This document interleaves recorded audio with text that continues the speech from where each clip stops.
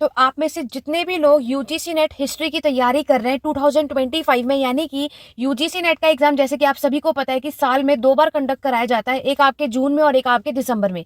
तो आज की क्लास में हम बात करने वाले हैं कि यूजीसी नेट हिस्ट्री के रिलेटेड कुछ ज़्यादातर मैं आपके यहाँ पर बात करूंगी। बाकी पूरी स्ट्रेटेजी आज की क्लास में मैं आपके साथ डिस्कस करने वाली हूँ कि किस तरीके से हम यहाँ पर आपके जेआरएफ को हमें निकालना है और हमें अपनी यूजीसी नेट की हिस्ट्री की तैयारी किस तरीके से स्टार्ट करनी चाहिए।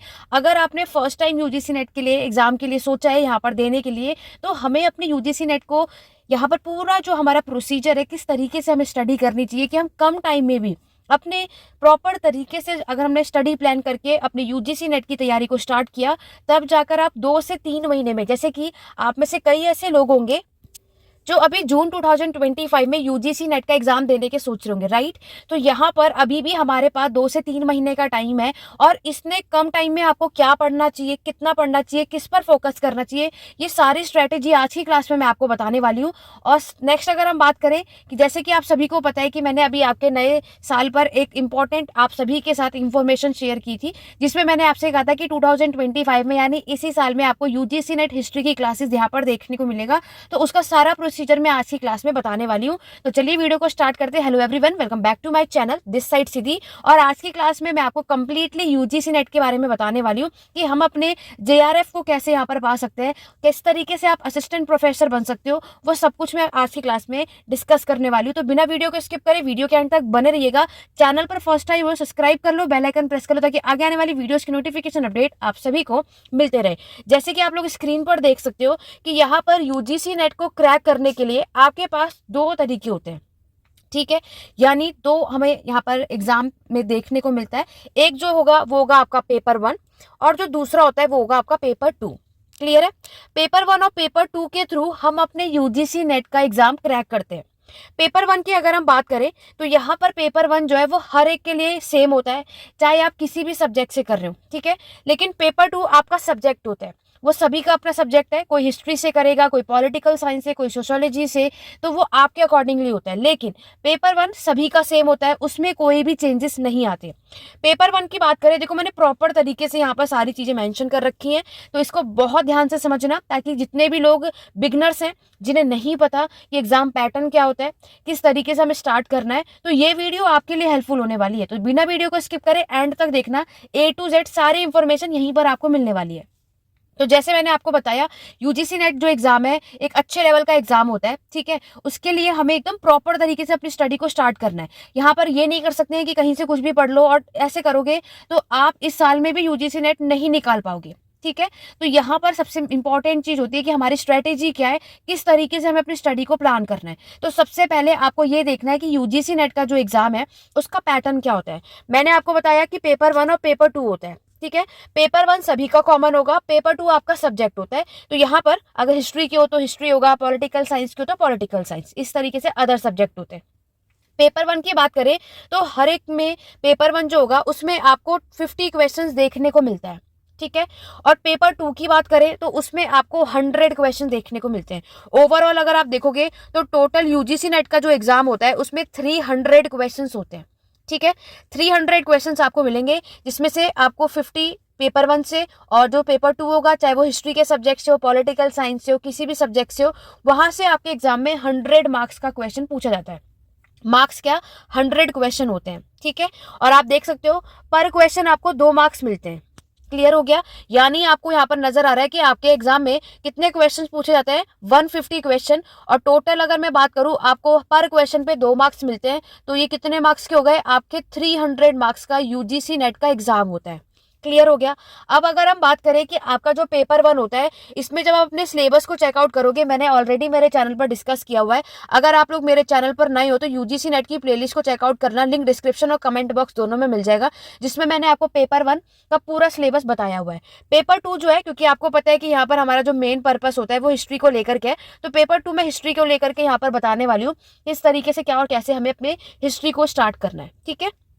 तो जैसे कि मैंने आपको बताया, आपका जो पेपर 1 है और पेपर 2 दोनों ही सब्जेक्ट में जो सिलेबस है टोटल 10 यूनिट्स होते हैं, ठीक है। 10 यूनिट्स है हमारे पेपर 1 में भी और पेपर टू जो आपका हिस्ट्री है उसमें भी टोटल 10 यूनिट्स है जो हमारा सिलेबस है। अब अगर हम बात करें, चलो ये तो हमें एग्जाम पैटर्न तो समझ में आ चुका है कि 150 क्वेश्चन आएगा, 300 मार्क्स का हमारा एग्जाम होता है। अगर मैं आपको यहाँ पर मेनली फोकस है, चलो ये तो हमें क्लियर हो गया। सिलेबस भी हम यहाँ पर देख लेते हैं। सिलेबस भी आप लोग मेरे चैनल पर जो वीडियो है वहां से देख लेना। आपने सिलेबस को भी एनालाइज कर लिया। अब क्या करना है, अब हमें ये समझना है कि आखिरकार हमें कितने मार्क्स की रिक्वायरमेंट है, कितने क्वेश्चन हमारे सही होने चाहिए जिससे हमारा जीआरएफ में सिलेक्शन हो जाएगा, जिससे हमारा असिस्टेंट प्रोफेसर में सिलेक्शन हो जाएगा। ठीक है, देखो यहाँ पर याद रखना कि हमें दोनों ही पेपर इंपॉर्टेंट है। ऐसा नहीं है कि हम पेपर 1 पे फोकस ना करके पेपर 2 यानी जो हमारा सब्जेक्ट होता है, क्योंकि अपने सब्जेक्ट में तो हर कोई थोड़ा बहुत स्ट्रांग होता है, राइट। लेकिन यहाँ पर हम ऐसा नहीं कर सकते। यहाँ पर दोनों पेपर का अपना अपना लेवल है, दोनों पेपर पे हमें अपना अपना काम करना है।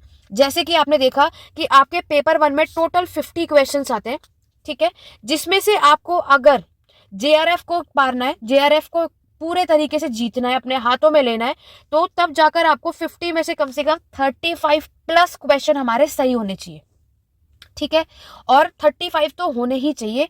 35 प्लस होंगे तो बहुत अच्छी बात है, तो जेआरएफ में हमारा सिलेक्शन डेफिनेटली है। ठीक है, लेकिन असिस्टेंट प्रोफेशन में अगर आप देखोगे तब भी आपका 32 से 35 मार्क्स, 50 में से इतने क्वेश्चन हमारे सही होने ही चाहिए अगर आपको यूजीसी नेट में जेआरएफ क्रैक करना है। तो जेआरएफ क्या होता है, असिस्टेंट प्रोफेसर क्या होता है, ये सब कुछ मैं ऑलरेडी प्रीवियस वीडियो में डिटेल में समझा चुकी हूँ। ये प्लेलिस्ट को चेकआउट कर लो, सब कुछ समझ में आ जाएगा। बट अभी आपको यहाँ पर क्या समझना है कि जब हमने अपने एग्जाम पैटर्न को देख लिया, नेक्स्ट जो हमारा होता है कि हमें कितने क्वेश्चंस करेक्ट करना है जिससे हमारा सिलेक्शन हो जाए। ये भी तो एक फोकस है, क्योंकि हम जब पढ़ना स्टार्ट करेंगे तो हम पढ़ते ही रहेंगे। तो इससे अच्छा है पहले सारी चीजें आप एनालाइज कर लो, देन तब स्टार्ट करो।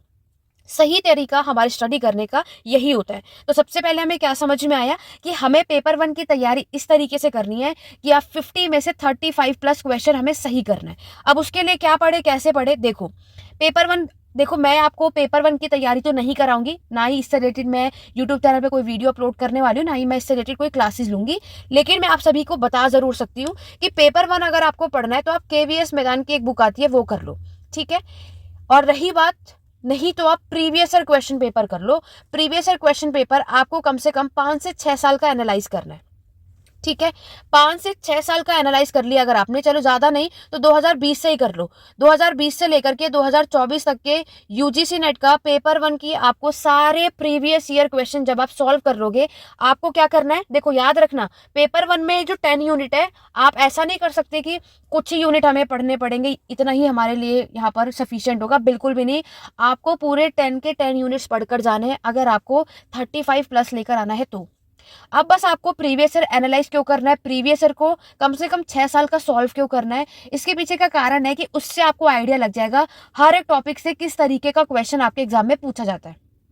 ठीक है, आपको किस टॉपिक को कितना डिटेल में पढ़ना है, मेनली जो क्वेश्चन आता है वो कहाँ से आता है, तो आप फिर उस पर काम करो। अगर आप इस तरीके से स्टडी करोगे ना, तो अगर आपने यूजीसी नेट की तैयारी अभी भी नहीं स्टार्ट करी है और आप अब भी स्टार्ट करोगे तो भी आपके पास मार्च है, अप्रैल का टाइम है, मई का टाइम है, 3 महीने आपके पास, आप तब भी क्रैक कर लोगे अगर आपने प्रॉपर तरीके से अपनी स्टडी को स्टार्ट करा तो। लेकिन उसमें आपका टाइम मैनेजमेंट भी बहुत इंपॉर्टेंट होता है, राइट। तो सबसे पहले आपको क्या करना है, पेपर 1 के लिए आपको ज्यादा कुछ समझ में नहीं आ रहा डिटेल में, तो ज्यादा कुछ नहीं, 5 से 6 साल प्रीवियस ईयर तो मस्ट है आप सभी को करना, 5 से 6 साल का कर लो यहाँ पर। तो उससे आप लोग हर एक टॉपिक से आपको समझ में आ जाएगा हमें सबसे ज्यादा क्वेश्चन कहाँ से आते हैं, कितना डीपली हमें वहां पे स्टडी करना है। ठीक है, तो यहाँ पर केवीएस मैदान की बुक ले सकते हो, प्रीवियस ईयर क्वेश्चन पेपर कर लो, पेपर 1 को क्रैक करना है तो। बाकी आपके पास और भी टाइम है तो आप इसको और भी डिटेल में पढ़ सकते हो ये बुक लेकर के। ठीक है, चलिए देखो यहाँ पर जैसे कि मैंने आपको बताया कि जून में एग्जाम है, अगर क्योंकि अभी मिशन क्या है जेआरएफ करने का हमारा 2025 का, और एग्जाम 2 बार होगा, एक जून में होगा फिर दिसंबर में होगा। तो यहाँ पर देखो मैं सभी को सजेस्ट करूंगी कि आप लोग जून में भी एग्जाम दे सकते हो, जिससे चलो अगर चाहे आपकी पूरी भी तैयारी नहीं हो तब भी दे सकते हो। क्यों, जस्ट बिकॉज आपको एक आइडिया लग जाएगा कि एग्जाम में क्वेश्चन किस तरीके से आते हैं। क्योंकि जब हम लोग एग्जाम देने जाते हैं, वहां बैठते हैं ना, और जब हमारे हाथ में क्वेश्चन पेपर आता है तो एक अलग प्रेशर होता है, तब हमें समझ में आता है कि हमने इतना पढ़ा, थोड़ा और इतना पढ़ना था तो हम निकाल लेते। तो आपको फिर दिसंबर जब आप एग्जाम देने जाओगे तो फिर आपसे वो आपको समझ में आ जाएगा। क्यों, क्योंकि वो जो चीज आप दिसंबर में फर्स्ट टाइम बैठकर एनालाइज करते वो आपने जून में ही समझ लिया। बेशक आपकी तैयारी पूरी नहीं थी, लेकिन आपने क्या किया, आपने सिर्फ समझने के लिए आप वहां पर बैठे, आपको समझ में आया सबसे ज्यादा क्वेश्चन कहाँ से आते हैं, आपने सिर्फ एनालाइज किया और उस बेस पर आप जाके जून में जरूर एग्जाम देने जाओ। सिर्फ एक देखने के लिए, ठीक है। और फिर दिसंबर में बिल्कुल आपके पास 6 महीने का टाइम रहेगा और लग जाओ अपने पढ़ाई पर और बिल्कुल जेआरएफ निकालना ही है और डेफिनेटली आपका 2025 में निकल भी जाएगा, ठीक है। जैसे मैंने आपको बताया इसकी एलिजिबिलिटी क्राइटेरिया क्या है, आप लोगों को मास्टर्स होना जरूरी है, ठीक है। आप जिस भी सब्जेक्ट से मास्टर कर रहे हो, यूजीसी नेट का एग्जाम भी आप उसी सब्जेक्ट से दे सकते हो। मास्टर हिस्ट्री से कर रहे हो तो हिस्ट्री से कर पाओगे, पॉलिटिकल साइंस से कर रहे हो तो उससे कर पाओगे। ऐसा नहीं है कि आप लोग मास्टर पॉलिटिकल साइंस से कर रहे हो तो यूजीसी नेट हिस्ट्री का एग्जाम देना चाहते हो, ये पॉसिबल नहीं होता है। तो याद रखना कि सबसे पहले तो मास्टर में आप लोग अपियरिंग भी है, आपने एडमिशन भी ले लिया है, तो भी आप यूजीसी नेट का एग्जाम दे सकते हो, ठीक है। लेकिन मास्टर में एडमिशन लेना कंपलसरी है। बाकी अगर आपने मास्टर कंप्लीट कर लिया है तो बहुत अच्छी बात है। याद रखना जिस भी सब्जेक्ट से मास्टर कर रहे हो वही सब्जेक्ट से आप यूजीसी नेट का एग्जाम दे सकते हो। तो यहाँ पर हमने बात कर ली पेपर 1 की। पेपर 2 की तरफ बढ़े।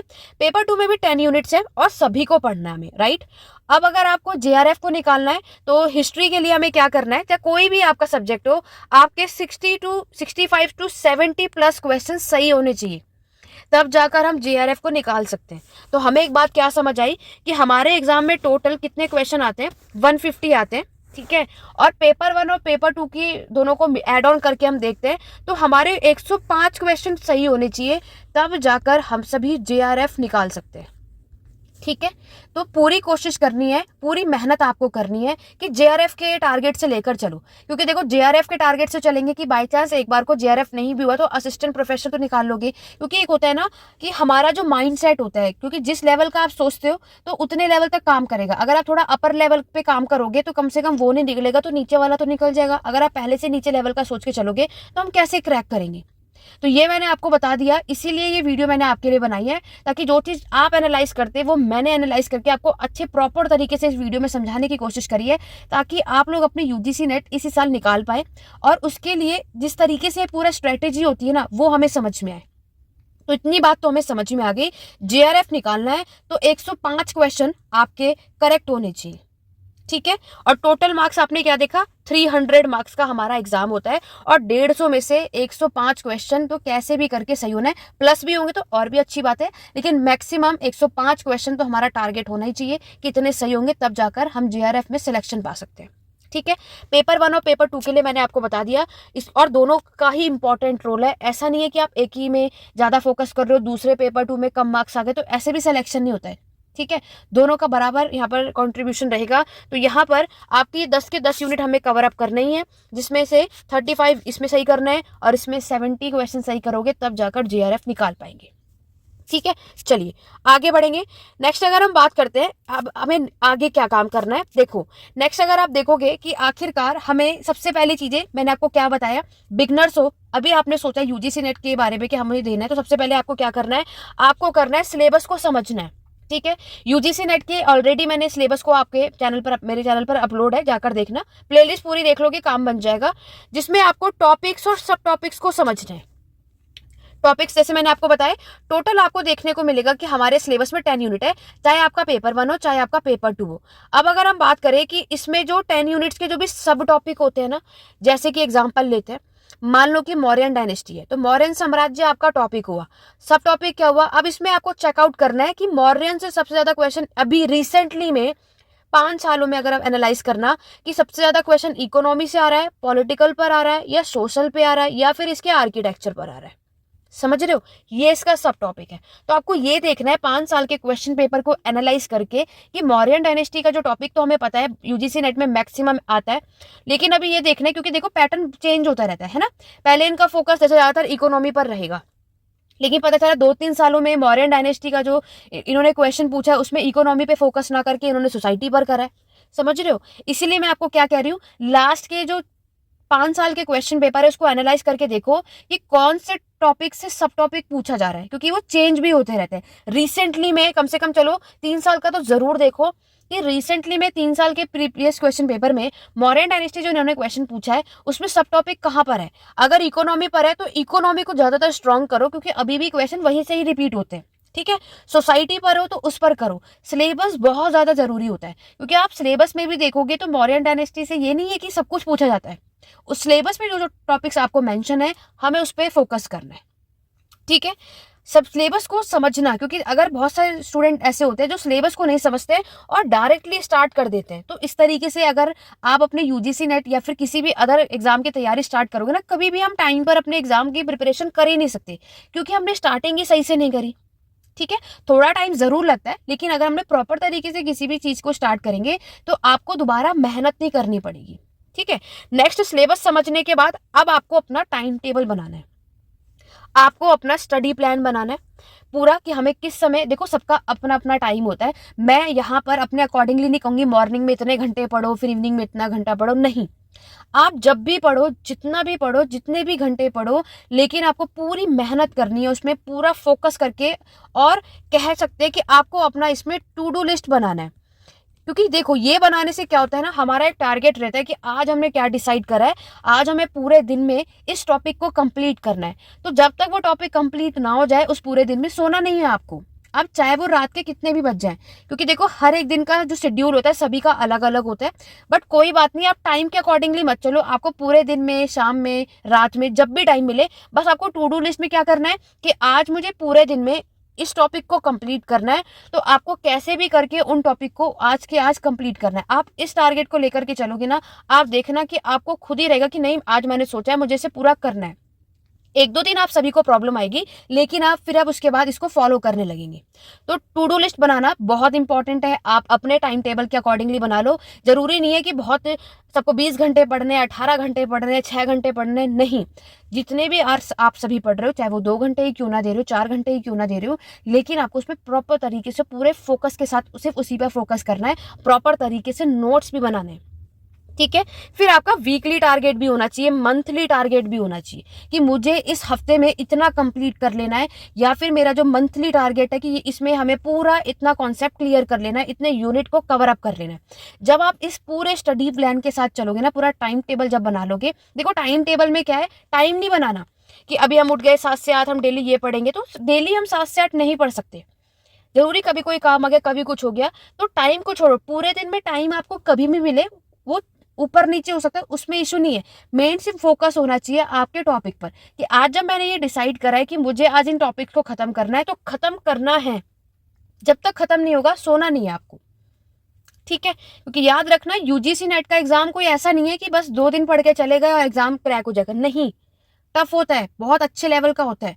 सबकी 0.5 से यहाँ पर आप रह जाते हो, तो कितना बुरा लगता है, हमने इतना पढ़ा और 0.5 से रह गए। आप सोच सकते हो, बहुत सारे लोगों का तो 2 से 3 बार भी 0.5 से रह जाते हैं। तो सोचो, तो हम इतना क्यों, वो टाइम ही ना है हमारे पास। तो उसी के लिए आप वो टाइम अभी दे दोगे ना, जब आपने इसकी शुरुआत की थी। बेशक आप में से कई ऐसे होंगे जो ऐसे ही सिर्फ शुरुआत कर देंगे, लेकिन क्या पता आप निकाल लो। हमारी प्रॉपर जो गाइडेंस होती है ना, स्ट्रेटेजी होती है, वो किसी भी एग्जाम को निकालने के लिए सबसे इंपॉर्टेंट होता है। हर एक चीज प्रॉपर तरीके से हम उसको फॉलो करते हुए चले। ठीक है, अब आगे हमें क्या करना है। नेक्स्ट अगर हम बात करें, आपके सोर्सेज क्या होने चाहिए, चाहे वो आपका पेपर 1 हो या पेपर 2। अभी मैंने आपको बताया कि प्रीवियस ईयर क्वेश्चन पेपर बहुत ज़्यादा ज़रूरी है। तो प्रीवियस ईयर क्वेश्चन पेपर तो आप सभी को ज़रूर सॉल्व करना है। कोई भी ऐसा नहीं होगा कि इसको सॉल्व स्किप करूं, नहीं। प्रीवियस ईयर हमें कैसे भी करके कम से कम 5 साल का तो सॉल्व करना ही करना है। ठीक है, 2020 से लेकर के आपको 2024 तक का, क्योंकि साल में 2 बार यहाँ पर एग्जाम कंडक्ट होता है, तो 5 साल मतलब 10 क्वेश्चन पेपर आपको सॉल्व करने हैं, पेपर 1 के भी और पेपर 2 के भी। प्रीवियस ईयर बहुत जरूरी है। उसके बाद टेस्ट सीरीज भी आपको सॉल्व करनी है। आप जहां कहीं से पढ़ रहे हो, जहां से भी टेस्ट सीरीज आपको मिल रही है, आप कोई बुक ले रहे हो, टेस्ट सीरीज भी जरूर लगाओ, ताकि आपने जो भी चीजें पढ़ी हैं, ठीक है, टेस्ट सीरीज कहीं से भी लगा सकते हैं। चाहे आप यूट्यूब चैनल पर देखो कितने टेस्ट सीरीज सॉल्व कराई जाती है। ठीक है, टेस्ट सीरीज आपको बुक में भी मिल जाएंगी, कोई भी बुक आप परचेज कर सकते हो। तो और प्रैक्टिस आपको जरूर करना होता है। क्यों, हमें बहुत टाइम क्या होता है कि हम अपने कॉन्सेप्ट को तो समझ पाते हैं, लेकिन जब बारी आती है क्वेश्चन सॉल्व करने की, तो हम कर नहीं पाते। क्यों, क्योंकि हमारी कमी कहाँ रह गई, प्रैक्टिस में। तो जितनी ज्यादा टेस्ट सीरीज या मॉक टेस्ट लगाओगे ना, सबसे ज्यादा फायदा होगा आपका। उसके बाद अच्छी खासी आपको स्टैंडर्ड बुक परचेज करनी है, जो कि मैंने अभी आपको बताया, केवीएस मैदान की बुक पेपर 1 के लिए ले सकते हो। और देखो पेपर 2 और क्लास नोट्स पढ़ने हैं। क्लास नोट्स क्या है, आपने जहां कहीं से भी जो भी अपने नोट्स बना रहे हो, या आपने कोई बैच ले रखा है किसी का भी, है ना, उसको आपको पढ़ना है। अब अगर हम बात करें बुक्स की, जैसे देखो पेपर 1 का मैंने आपको बता दिया, पेपर 2 जो हमारी हिस्ट्री है, इतिहास है, उसके बारे में बात करते हैं। हिस्ट्री यानी इतिहास की अगर हम बात करें तो आपको इसमें पता है कि हमें इसमें प्राचीन का इतिहास कवर करना होगा। नेक्स्ट अगर हम बात करें आपके मेडिएवल यानी मध्यकालीन के इतिहास को कवर करना है। फिर आपके मॉडर्न यानी आधुनिक इतिहास को कवर करना है। उसके बाद आता है आपका हिस्टोरियोग्राफी यानी इतिहास लेखन की भी बात करेंगे। मॉडर्न हिस्ट्री में ही आप देखोगे पोस्ट इंडिपेंडेंस का भी क्वेश्चन हमें देखने को मिल जाता है, राइट। तो ये हमारा सिलेबस है, चाहे आपका इसमें वर्ल्ड हिस्ट्री हो, ठीक है। हर कुछ हमें हिस्ट्री में इतनी सारी चीजें आपको पढ़नी है। तो यहाँ पर देखो आप एक अच्छी बुक भी प्रेफर कर सकते हो, ठीक है। मैंने एंशिएंट, मेडिएवल, मॉडर्न, हिस्टोरियोग्राफी सबके लिए आपको बुक ऑलरेडी बता दिया है। यूजीसी नेट की प्लेलिस्ट को चेकआउट कर लेना, जिससे आप अपनी इन सारे कॉन्सेप्ट को निकाल सकते हो। रही बात आपके क्लास के नोट्स की, तो जहाँ कहीं से भी आप पढ़ रहे हो, आपके जो खुद के आपने नोट्स बनाए हैं, देखो नोट्स बनाना सबसे ज़्यादा इंपॉर्टेंट होता है, क्योंकि एट द एंड आपके नोट्स ही काम आते हैं। क्योंकि अभी जो हम नोट्स को तैयार करते हैं वो हमने बुक से तैयार की, क्लास नोट से तैयार किया, कहीं यूट्यूब वीडियो देखा, है ना, अलग अलग जगहों से हम उस टॉपिक पर बात करते हैं और फिर नोट्स बनाते हैं। तो इसीलिए हमें नोट्स ज़रूर बनाना चाहिए, ताकि एट द एंड जब रिविजन का टाइम आए तब हम ये 4-5 चीज़ें से जहाँ से आपने ये नोट्स बनाए तब वो चारों पाँचों चीज़ें आपको ना देखना पड़े, सिर्फ एक ही नोट्स को रीड आउट करने से हमारा सारा काम बन जाए, ठीक है। क्लास नोट्स भी अगर आप बना रहे हो तो आपको किस तरीके से बनाना है कि जिस तरीके से आपको एग्जाम में ना क्वेश्चंस आते हैं, ठीक है। जैसे आपने चेकआउट करा है कि एग्जाम में जो यूजीसी नेट का जो एग्जाम होता है, हिस्ट्री में भी जो आपका पैटर्न है, किस तरीके से क्वेश्चन आते हैं आपने देखा होगा क्रोनोलॉजिकल ऑर्डर में, है ना। और किस तरीके से एग्जाम में क्वेश्चन आता है, स्टेटमेंट वाइज क्वेश्चन आता है।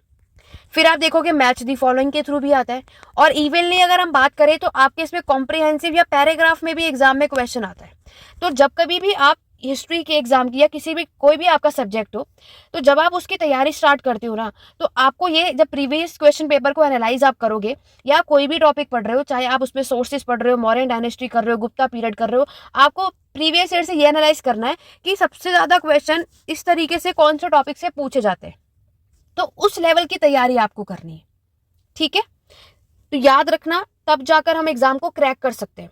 जैसे कि मैं आपको बता दूं, हमारा जो मॉडर्न हिस्ट्री, जब आप प्रीवियस ईयर को एनालाइज करते हैं, मॉडर्न हिस्ट्री आधुनिक भारत का जो इतिहास है, यहाँ पे हमें इसमें मॉडर्न हिस्ट्री को इस तरीके से पढ़ना है, इस तरीके से कवर अप करना है कि हम क्रोनोलॉजिकल ऑर्डर्स के जो क्वेश्चन है उसको सॉल्व कर सके।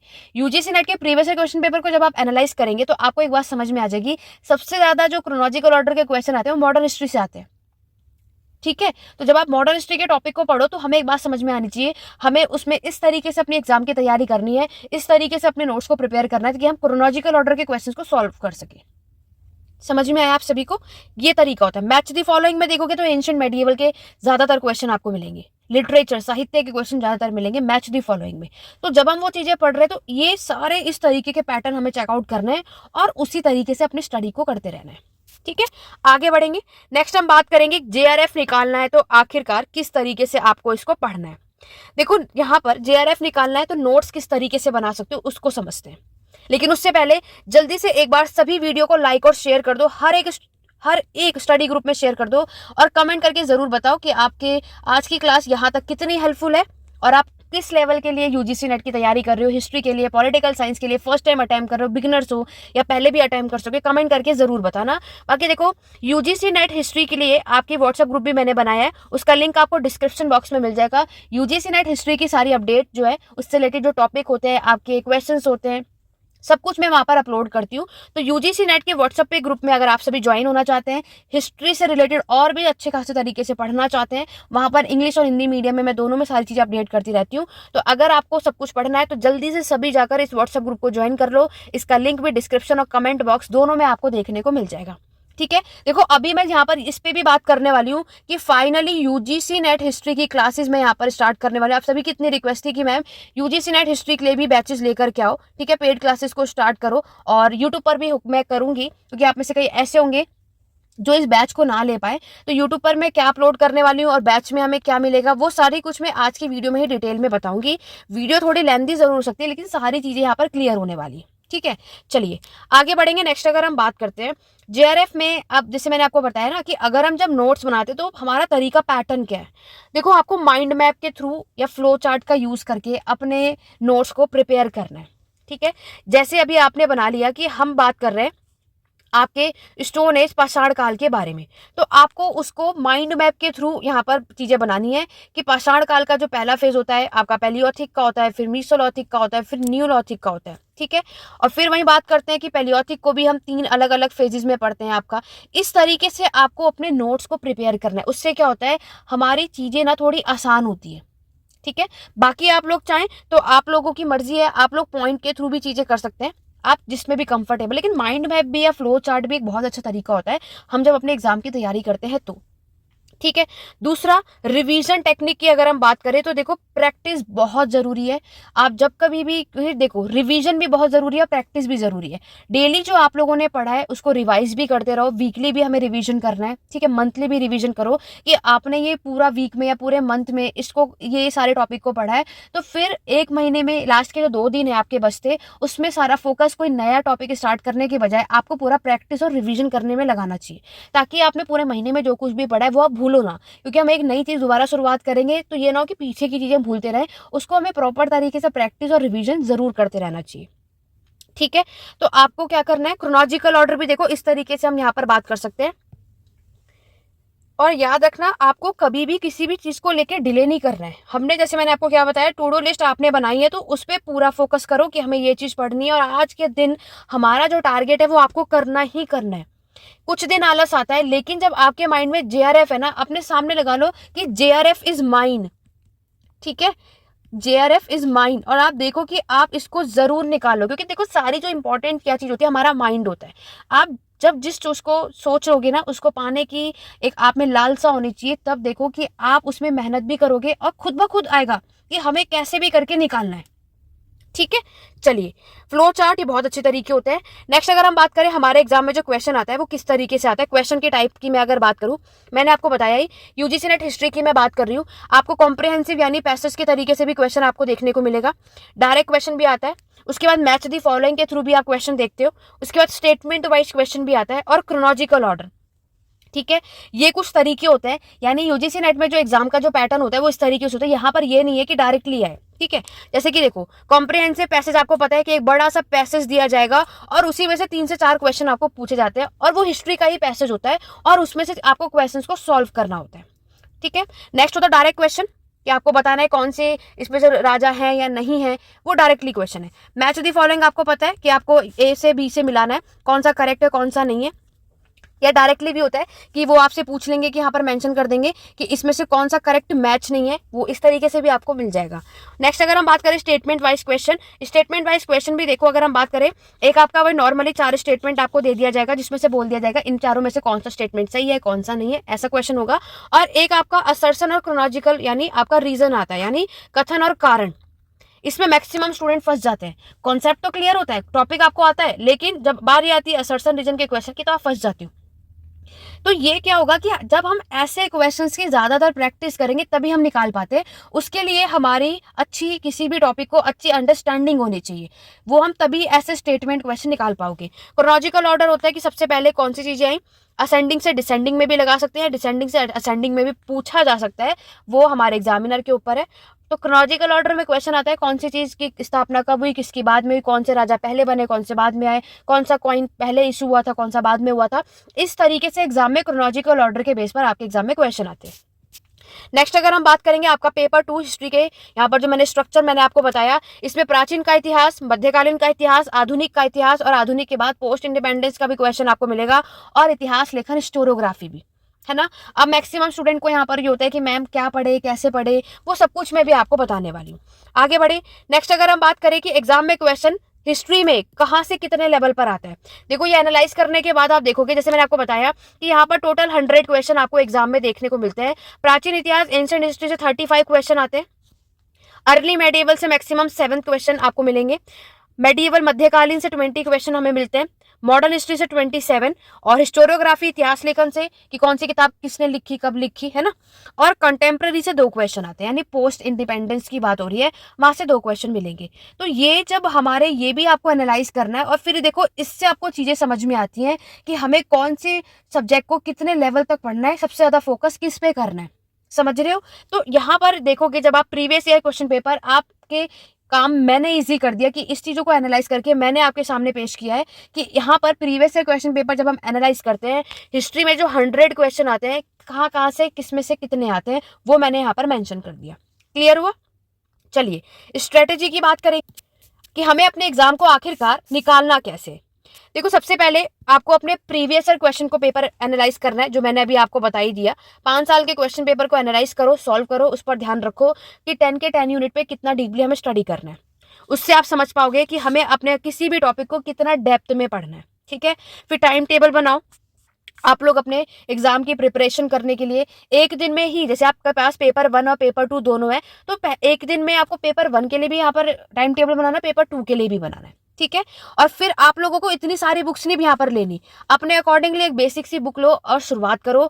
और देखो, यहाँ पर जैसे यूजीसी नेट हिस्ट्री की तैयारी आप कर रहे हैं, आप में से कई ऐसे भी होंगे जिन्हें हिस्ट्री का बेसिक भी क्लियर नहीं होगा। तो देखो, कभी भी किसी की एग्जाम की तैयारी करते हैं तो सबसे पहले आपको बेसिक क्लियर होना चाहिए, तब आप एडवांस तक जाते हो।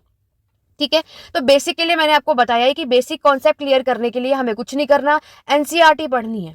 एनसीईआरटी करो, कोई भी एग्जाम ऐसा नहीं है, इवनली यूपीएससी में भी क्या प्रेफर करते हैं, एनसीईआरटी। यूजीसी नेट भी आपको क्रैक करना है, एनसीईआरटी। ये अच्छे से कर लोगे ना तो आप फिर एडवांस लेवल तक तभी पहुंच पाओगे। अगर आप में से लोगों ने कोशिश करी डायरेक्ट एडवांस लेवल पर पहुंच जाए तो दिक्कत आएगी आपको। ठीक है, तो अगर आपको हिस्ट्री को क्रैक करना है तो पहले बेसिक कॉन्सेप्ट को क्लियर करो। वो कहाँ से क्रैक होगी, आपके एनसीईआरटी से। उसके बाद आपको अपने जो भी आप जहां से भी नोट्स प्रॉपर तरीके से बनाओ, किस तरीके से बनाना है वो मैंने आपको बताया। रिवाइज करते रहो रेगुलरली, हर दिन जो भी पढ़ रहे हो उसको रिवाइज करो, फिर वीकली रिवाइज करो, फिर मंथली रिवीजन करो। रिवाइज करना तो मोस्ट इंपॉर्टेंट है। जितने ज्यादा मॉक टेस्ट और टेस्ट सीरीज निकालो, बहुत ज्यादा इंपॉर्टेंट। जो भी आपका टॉपिक कंप्लीट हो जाए उससे रिलेटेड टेस्ट सीरीज को सॉल्व करो, मॉक टेस्ट निकालो कि आज हमने एक टॉपिक कंप्लीट कर लिया है, 2 टॉपिक कंप्लीट कर लिया है, अब हम उसके मॉक टेस्ट निकालें तो क्या हम उससे रिलेटेड जो क्वेश्चन हमारे प्रीवियस ईयर में आए हम उसको सॉल्व कर पा रहे हैं या नहीं। ठीक है, और फिर आपको इन सभी से अपनी वीकनेस को निकालना है कि मैंने जब मॉक टेस्ट को सॉल्व करा तो मैं सबसे ज्यादा गलतियां मुझसे कहाँ हुई है, कौन से सेक्शन में हुई है, उसे जाओ और फिर से रिवाइज करो। नया चैप्टर स्टार्ट करने के बजाय आपको क्या करना है, आपको ये देखना है। देखो, 5 साल का क्वेश्चन पेपर ऐसे नहीं स्टार्ट कर देना। आप जब एक दो टॉपिक जैसे पूरा कर लोगे ना, फिर आप वो 1-2 टॉपिक को प्रीवियस ईयर क्वेश्चन पेपर में जिस तरीके से वहां से क्वेश्चन आए ना वहां से पढ़ो। फिर जब आप प्रीवियस ईयर क्वेश्चन पेपर उठाओगे, मान लो आप लोगों ने गुप्ता पीरियड को पढ़ लिया है, ठीक है, गुप्ता पीरियड कंप्लीट करने के बाद आप गए previous year question paper solve करने। प्रीवियस ईयर में पूरे क्वेश्चन सॉल्व नहीं करने 100 के 100, आपको सिर्फ उसमें गुप्ता पीरियड का क्वेश्चन उठाना है। ठीक है, और आप उसको सॉल्व करो। और आप जब सॉल्व करोगे आपको उसमें कोई नई नई चीजें भी मिलेंगी जो शायद आपने जब आपने गुप्ता पीरियड पढ़ा था तो ना हो, तो फिर आप उसको अपने नोट्स में ऐड ऑन कर लो। कभी भी अपने जब हम नोट्स बनाते हैं तो कोई भी टॉपिक के लिए 101 से 2 पेज आपको जरूर छोड़ना चाहिए, ताकि कोई भी नई नई चीजें अगर टॉपिक्स हमें उसमें ऐड करना हो तो आप उसमें ऐड करते रहो इन्फॉर्मेशन को। ठीक है, फिर नहीं तो कहीं और जाएंगे तो मैशअप हो जाता है, तो गैप जरूर छोड़ना चाहिए। तो गुप्ता पीरियड जैसे ही आप कंप्लीट कर लोगे तो जब हम मॉक टेस्ट लगाते हैं तो आपको ये समझ आएगा कि मैंने जब इकोनॉमी का क्वेश्चन किया तो मेरे से सॉल्व हो गया, एडमिनिस्ट्रेशन में मैं फंस गया, आर्किटेक्चर में मैं फंस गया। तो आपको वापस जाना है गुप्ता पीरियड के उस टॉपिक को दोबारा से पढ़ना है, दोबारा से रिवाइज करना है और फिर क्वेश्चन सॉल्व करना है। तब जाकर हमें आगे बढ़ना, जब तक आपका ये ना निकल जाए। क्योंकि देखो, कई बार क्या होता है, हम ज्यादातर चीजों के पढ़ने में क्या कर लेते हैं, जितना भी पढ़ा है वो भी चला जाता है। तो पहला टारगेट क्या होना चाहिए, जो पढ़ो जितना पढ़ो उसे अच्छे से पढ़ो, पूरी जी जान लगानी है। और जब तक वो पूरा कंप्लीट ना हो तब तक आगे मत बढ़ना। टाइम लगेगा, कोई इशू नहीं है, लेकिन कॉन्सेप्ट तो क्लियर करना है। जब तक आप ये देख लो कि गुप्ता पीरियड के मैं 5 सालों के सारे क्वेश्चन आराम से नहीं सॉल्व कर पा रहा, छोड़ना ही नहीं उसको। ठीक है, इस तरीके से आपको अपने एग्जाम की स्ट्रेटेजी बनानी है।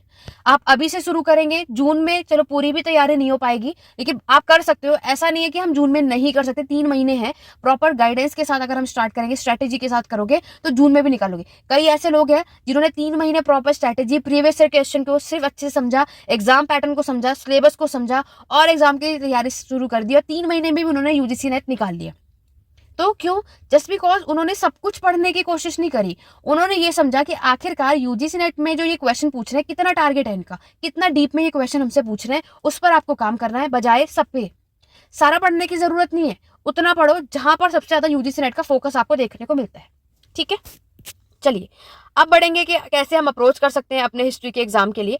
देखो, यहाँ पर अगर हम बात करते हैं, सबसे इंपॉर्टेंट चीज होती है हमारा सही तरीके से पढ़ना। स्मार्ट स्टडी करोगे तभी हम कामयाब हो सकते हैं, अदरवाइज तो हम पढ़ते रहेंगे तो कोई वो कभी भी खत्म नहीं होगा, है ना। आपको प्रीवियस ईयर का ट्रेंड मैंने आपको बताया, आपको जब 5 साल का क्वेश्चन पेपर एनालाइज करोगे आप उसमें समझ जाओगे कि अभी इनका फोकस इकोनॉमिक पर है, पॉलिटिकल पर है, या फिर आपके आर्किटेक्चर पर है, लिटरेचर पर है, किस पर है। तो आपको उस पर काम करना है, ना कि इन सभी पे। पढ़ेंगे सब, लेकिन आपको अभी रिसेंटली में इनका टारगेट क्या है उस पर काम करो। और देखो नेक्स्ट जो होता है वो हमारा टैलेंट होता है, एलिमिनेशन। आपको पता है एग्जाम में एमसीक्यू बेस पर ही तो क्वेश्चन आ रहा है ना, ऑब्जेक्टिव टाइप क्वेश्चन आता है। तो बहुत सारी चीजें हम अपने क्वेश्चन को सॉल्व कैसे करते हैं, एलिमिनेट करके। अगर हमें कॉन्सेप्ट पता है हम बहुत सारी चीजों में फंस जाते हैं। तो देखो सबसे पहला इंपॉर्टेंट चीज आपको याद रखना है, हमें ये याद रखना है कि हम उसमें से आपके पास कितने ऑप्शन होते हैं, 4, है ना। तो कोशिश करो कि एलिमिनेट करके 2 को बाहर करो, ताकि फिर हम 2 पर फोकस करें और फिर आप उसमें मेहनत करो, दिमाग लगाओ हमने इससे रिलेटेड क्या पढ़ा था कैसे। क्योंकि देखो चारों पर मेहनत करने से अच्छा क्या है, पहले तो 2 ऑप्शन को एलिमिनेट कर दो, बाहर कर दो, ताकि आपका जो मेनली फोकस लगे, जो टाइम आप दो वो 2 ऑप्शन के दो। तो इसमें वो टैलेंट कैसे आएगा, प्रैक्टिस करने से, ज्यादा से ज्यादा टेस्ट सीरीज निकालने से, मॉक टेस्ट करने से होता है। फिर उसी से आपको अपनी स्ट्रेंथ जाननी है, अपना वीकनेस जानना है। और जब भी हम कभी भी रिवीजन करते हैं तो हमें ये देखना है, क्योंकि आप में से कई ऐसे क्या होंगे जिन्हें जो टॉपिक्स अच्छे से आता है उस पर ही ज्यादातर पढ़ते रहते हैं। देखो आपको अपना जो चीज आता है वो आप कर लोगे, जो वीक है ना उस पर काम करो। हमें ये देखना है हम इस टॉपिक में इकोनॉमिक के सेक्शन में सबसे वीक है, इसलिए हमें समझ में नहीं आता, तो इस पे काम करो, इसमें लगो। ठीक है, टाइम मैनेजमेंट बहुत जरूरी है, टू डू लिस्ट जरूर बनाना आप सभी। देखो आज की क्लास में जितनी भी चीजें मैंने बताई हैं आप इस तरीके से अपनी स्टार्ट करोगे ना, यूजीसी नेट बिगिनर्स भी हो, इस साल डेफिनेटली आप जेआरएफ निकाल पाओगे। बस आपको ये सारी चीजें यहाँ पर सॉल्व करनी है और एट द एंड आपको गिव अप नहीं करना। देखो फेल हो जाते हैं हम, हमारा एग्जाम नहीं निकलता, चाहे हम 0.5 से रह जाए, इसका मतलब ये नहीं है कि हम हार माने और छोड़ दें कि हमसे नहीं होगा। नहीं, गिव अप लाइफ में कभी भी मत करना। जैसे मैंने आपको बताया कि जून में आप एग्जाम देने गए और आपका क्रैक नहीं हुआ, पास नहीं हो पाए, कोई दिक्कत नहीं है। ये समझो कि हम सीख कर आए हैं, हमने जो गलती अभी जून में करी है वो अब नेक्स्ट दिसंबर के एग्जाम में हम वो गलती या मिस्टेक ना करें, उस पर आप कड़ी मेहनत करो। बीच में आपके पास 6 महीने का सफर होता है, ये टाइम होता है, आपको काम पर लग जाना और मेहनत करनी है कि जो मिस्टेक मुझे जून के एग्जाम में मैंने करी है वो मैं दिसंबर में ना करूं। आपको उससे वो सीखना है। देखो हार मारना वो अच्छी बात है, जीवन में जब तक गिरेंगे नहीं उठना कैसे सीखेंगे, है ना, ये सभी को पता है। तो अगर हम जब तक गिरेंगे नहीं तो उठोगे कैसे, उठने के लिए गिरना भी पड़ेगा। तो कोई दिक्कत नहीं है, आज नहीं निकाल पाए कल एक अच्छे लेवल पर निकाल लेंगे। ठीक है, तो फेल होना सा ये नहीं है कि हम बिल्कुल निराश हो जाएं और होप छोड़ दें। होप कभी भी नहीं छोड़नी चाहिए, बल्कि सोचो कि कोई बात नहीं, आज अगर मैं इस एग्जाम को क्रैक नहीं कर पाया तो ये मेरी से गलतियां हुई है, उसे नोट कर लो और फिर वो चीजें याद रखना कि दिसंबर में मैं वो चीजें मिस्टेक ना करूं। जब आप जून में एग्जाम देने जाओगे ना तभी आपको समझ में आ जाएगा कि हमने क्या क्या गलती करी, टाइम पे नहीं पढ़ा, रिवीजन नहीं किया, मॉक टेस्ट नहीं निकाल पाए, एग्जाम में नर्वस हो गए, आता था लेकिन क्वेश्चंस में प्रॉब्लम में फंस गए क्योंकि हमने इतनी प्रैक्टिस नहीं करी थी। तो वो सारी चीजों को पॉइंट आउट कर लो, एक जगह नोट कर लेना और दिसंबर एग्जाम में वो मिस्टेक बिल्कुल भी मत करना। ठीक है, तो इन बातों का आपको ध्यान रखना है। तो ये था आपका complete strategy, UGC net history की तैयारी हमें किस बेस पर करनी। आशा करती हूँ आपको सारी चीजें क्लियर हो गई होंगी। रही बात कि यूजीसी नेट हिस्ट्री की क्लासेस मैं कैसे स्टार्ट करने वाली हूँ, कब से स्टार्ट करने वाली हूँ, क्या प्रोसीजर है, इसकी वीडियो आपको नेक्स्ट यहाँ पर देखने को मिलने वाली है। आज मैंने इस वीडियो को अपलोड कर दिया है और बाकी पेड बैचेस के लिए, यूजीसी नेट हिस्ट्री की क्लासेस के लिए इसकी जो इन्फॉर्मेशन है नेक्स्ट वीडियो में मैं अपलोड कर दूंगी। अगले दिन ही आपको ये वीडियो मेरे चैनल पर देखने को मिल जाएगी। उसके लिए चैनल को सब्सक्राइब कर लो, बेल आइकन प्रेस कर लो और सारे लिंक जो है डिस्क्रिप्शन में, टेलीग्राम, इंस्टाग्राम, व्हाट्सअप सभी को ज्वाइन करके रखो ताकि आपको ऑन टाइम सारी अपडेट मिलते रहे। और इसी तरीके से मेरे चैनल पर मैं आपको यूजीसी नेट की क्लासेस के बारे में या उसका एग्जाम पैटर्न, हर एक चीज, सारी अपडेट मेरे चैनल पर ऑन टाइम आपको मिलती रहेगी। उसके लिए चैनल को सब्सक्राइब कर लो, बेल आइकन प्रेस कर लो। आज की क्लास कैसी लगी कमेंट करके जरूर बताना। आप लोग में से कितने ऐसे हैं कि आप यूजीसी नेट इस 2025 में देने की सोच रहे हैं और अभी आप बिगनर्स हैं, कोई आइडिया नहीं था, लेकिन आज की वीडियो से आपको कितनी हेल्प हुई मुझे कमेंट करके जरूर बताना। इसी तरीके से हम अपनी वीडियो को, अपनी क्लासेस को ऐसे ही कंटिन्यू करेंगे। बाकी की अपडेट के लिए मेरे साथ बने रहिए। आज की वीडियो में बस इतना ही, मिलते हैं अपने नेक्स्ट वीडियो में। Thank you for watching.